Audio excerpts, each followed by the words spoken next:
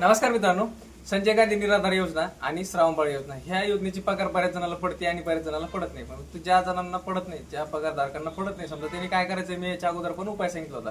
काय उपाय सांगितलं होतं? जर तुम्ही संजय गांधी निराधार योजनेमध्ये असाल आणि दिव्यांग असाल, जर तुम्हाला 2,500 पगार जी ती पडत नसेल, तुम्हाला काय करायचं होतं, तुमचं UTID कार्ड, तुमचं आधार कार्ड आणि त्याच्यानंतर तुमचं जे दिव्यांग प्रमाणपत्र आहे मित्रांनो, जे ऑनलाईनचं असतं ते, आणि प्लस मध्ये त्याच्यासोबत तुमची बँकेची झेरॉक्स नेऊन कुठे जमा करायची तुम्हाला तहसीलमध्ये जमा केल्याच्या नंतर तुम्हाला काय होतं, जे मागची राखडलेली पगार असो किंवा पुढची पगार असो, ज्या चालू पगार आहे ते सगळे तुम्हाला काय होतं ना पडणार होते मित्रांनो. परंतु आता बऱ्याच जणांना कमेंट काय केलं माहितीये का, बाहेरच्या जिल्ह्यामधले, की बाबा हे फेक आहे, असं फेकू नका. तर काय होतं माहितीये का मित्रांनो, फेकलं नाही मी, ती रिअल मध्ये आहे.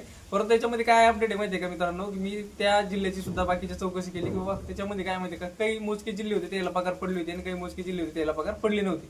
तर शासनाचं धोरण त्याला आता कसं इलेक्शनमुळे त्याची त्याला माहिती नेमकं काय चालू आहे. परंतु काही जिल्ह्यात पगार पडते, काही जिल्ह्यात पडत नाही.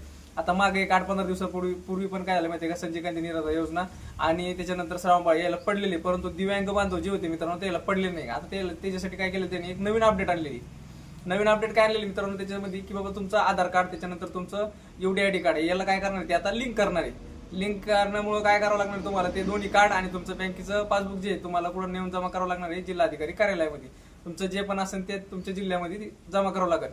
त्याच्यानंतर तुम्हाला काय होणार आहे, आता ती पगार पडणार आहे. कारण दोन्ही लिंक केल्याच्या नंतर तुम्हाला येणाऱ्या ज्या दिव्यांग बांधवाच्या ज्या योजना असेल त्या घेण्यासाठी सोप्या जाणार आहे मित्रांनो. आणि रियालिटीमध्ये जे किती दिव्यांग बांधव आहे ते त्यांना कळतील, असं त्याचं म्हणणं आहे.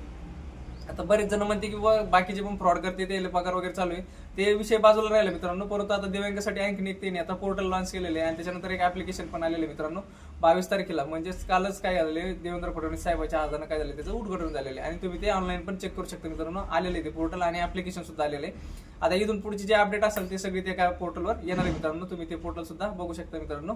जर तुम्हाला पगार येत नसेल मित्रांनो तर हे नक्कीच करा मित्रांनो. दिव्यांग बांधवाला सुद्धा सांगा आणि तुमच्या आजूबाजूला कोणी असेल तर त्यांना सुद्धा सांगा, जर पगार येत नसेल तर एवढे कागदपत्र तुम्ही देऊन तहसीलला जमा करा. आणि तुमचं जर ते जमा करून सुद्धा येत नसेल तर आता UTID कार्ड आणि आधार कार्ड, त्याच्यानंतर बँकेचं पासबुक हे कुठं नेऊन जमा करा सांगा जिल्हाधिकारी कार्यालयामध्ये मित्रांनो. धन्यवाद.